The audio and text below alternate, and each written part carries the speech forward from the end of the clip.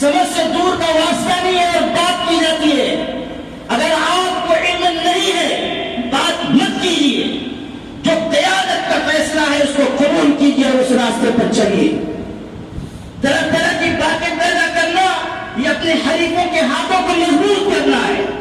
اس قدر مشکل حالات میں بھی اگر آپ اختلاف اور مخالفت کی راہ اپناتے ہیں تو یہ علامت ہے کہ آپ کا ضمیر مر چکا ہے.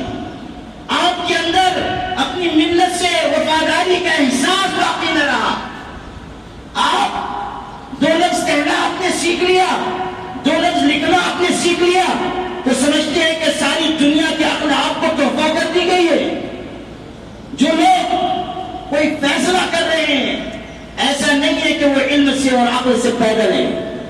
جو لوگ قیادت کے منصب پر فائز ہیں وہ جانتے ہیں کہ مسجد کیا ہے, نماز کیا ہے, نماز کی اہمیت اور عظمت کیا ہے اور احتجاج کا کون سا راستہ ہمیں اختیار کرنا چاہیے. آپ ہمیں عقل نہیں سکھا سکتے اور آپ ہمیں تعلیم نہیں دے سکتے. جو حدود آپ کے ہیں اور جو اوقات ہے اسی میں رہیے, اس سے آگے بڑھنے کی کوشش نہ کیجیے. یہ بھی سمجھ لیجیے کہ آج جو صورتحال اس ملک میں بنی ہوئی ہے, ہماری وحدت, ہماری اجتماعیت, ہمارا ایک جٹ ہو کر آگے آنا, پرامن ہو کر اپنے حقوق کے لیے آواز بلند کرنا, یہی کامیابی کی راہ ہے. قوموں پر حالات آتے ہیں, مشکل وقت آتا ہے اور پھر گزر جاتا ہے. اگر ہم نے بیداری کا ثبوت دیا, اگر ہم نے اس موقع پر سب لوگوں کو ساتھ لے کر اپنے حقوق کے لیے آواز اٹھائی, وہ وقت دور نہیں ہے کہ کامیابی آپ کے قدم چھوئے. اللہ اپنے دین کی مدد کرنے والوں کی خود مدد کرتا ہے. قرآن میں اعلان ہوا یا ایھا الذین آمنوا کونوا انصار اللہ, اے ایمان والو اللہ کے دین کے مددگار بن جاؤ. جب وقت آئے آواز دی جائے, وقت کی, صلاحیت کی, مال کی, جان کی قربانی دو. آؤ اور اپنے ملت کے ساتھ وفا کا عہد نبھاؤ. آؤ اور رسول کریم صلی اللہ علیہ وسلم کی امت کے ساتھ ہمدردی اور غمخواری کا فریضہ انجام دو. آؤ اور ملت کے تئیں آپ کی جو ذمہ داری ہے اس کو اختیار کرو.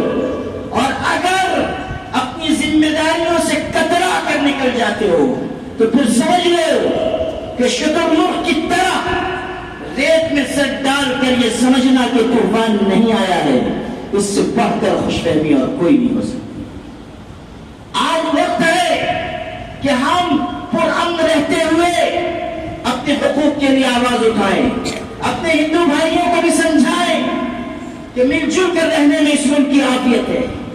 بتائیں انہیں کہ اگر آپ کے اندر حق اور انصاف کی رمق ہے تو آپ کو جائز مطالبات میں دوسری کمیونٹیز کا ساتھ دینا چاہیے.